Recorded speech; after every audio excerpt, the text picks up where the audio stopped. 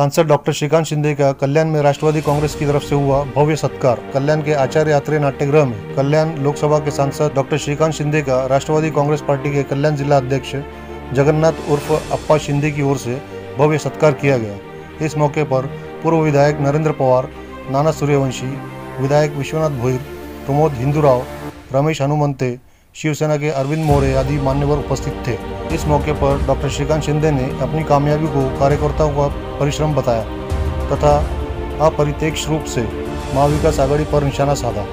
मुस्लिम समुदाय का नाम लिए बगैर महाराष्ट्र में महाविकास आघाड़ी की कामयाबी के पीछे एक विशिष्ट समाज की वोटिंग का नतीजा बताया। काही विशिष्ट लोकांच्या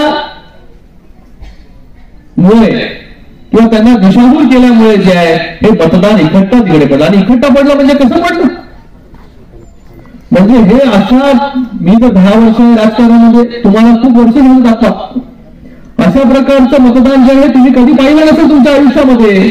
तसं मतदान जे आहे हे आपल्या या देशामध्ये घडवून आणलं, जे लोकशाहीला देखील जे आहे खूप घातक आहे की अशा प्रकारे जे लोकांना भडकवून जे आहे हे तिकडे मतदान करून घेतलं।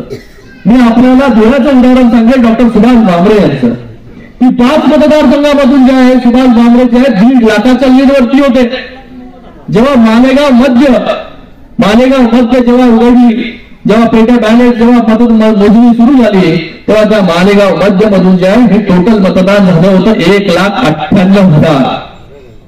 1,98,000 मतदान झालं आणि या 1,98,000 मतदानामधून जे आहे हे फक्त डॉक्टर सुभाष भामरे जे एनडीएचे आपले कॅन्डिडेट आहे त्यांना फक्त 4,25,000 मतदान पडलं आणि समोरच्याला 1,94,000 मतदान जे आहे हे इकडच्या तिकडे पडलं।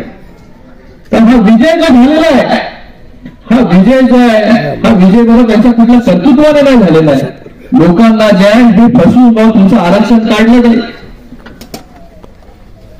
हे अशा सर्वच समाजाला जे आहे हे भडकवण्याचं काम इथे केलं। आज आपल्या देखील मतदारसंघामध्ये कळवा मुंब्रा मतदारसंघामध्ये कळव्याला आपल्याला लीड, पण मुंब्राला जे आहे हे गेल्या वेळेस कळवा मुंब्रा मिळून जो आहे आपण 9,500 जे आहे हे मायनस होतो। यावेळेस आपण किती मायनस होतो? यावेळेस आपण -65,000 गेलो, -65,000। मुंबईचे जर उदाहरण घेतलं तुम्ही की मुंबईमध्ये जी साऊथ मुंबईची सीट आली, ती साऊथ मुंबईची सीट कशामुळे आली? की मुंबादेवी तिथे आणि त्याचबरोबर भेंडीबाजार, त्या सगळ्या विशिष्ट एका वर्गाचं मतदान जे आहे हे सरळ जे आहे तिथे एका उमेदवाराला पडलं, म्हणून जे आहे ते त्या ठिकाणी त्यांचा विजय झाला। राहुल शेवाळ्याच्या इकडे देखील 30,000 मताधिक्याने फक्त हा तिकडे निसटता विजय जो झाला।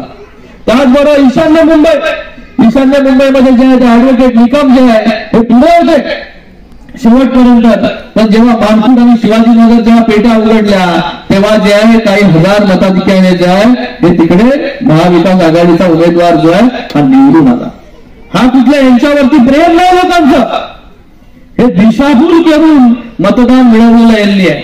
यांचं काही कर्तृत्व नाही की बाबा यांच्यावरती जो हा लोकांचा विश्वास आहे, पण एक महायुतीच्या विरोधामध्ये मतदान करायचंय म्हणून मतदान जे आहे तिथे पडलं।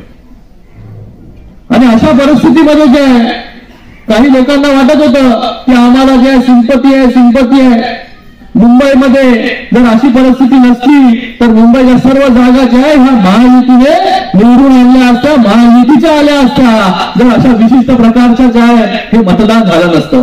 जर यांना सिंपती असते तर लाखोच्या मताधिक्याने जे लोक निवडून आले असते, पण फक्त 2 वर्षाच्या कालावधीमध्ये शिवसेनेने माननीय मुख्यमंत्री एकनाथ शिंदे साहेबांच्या नेतृत्वाखाली संघटना बांधली, सगळे पदाधिकारी एकत्र आले, आमदार असतील, खासदार असतील, कार्यकर्ते असतील, लोक एक नॅरेटिव्ह चालवत होते सारखं की बाबा शिवसेनेमध्ये फक्त जे नेते आले, खालचे कार्यकर्ते आले नाही। पण आज तुम्हाला सांगतो शिवसेनेचे जे मतदार होते ते 19% वोट शेअर होता मतदानाचा शिवसेनेचा पूर्ण महाराष्ट्रामध्ये।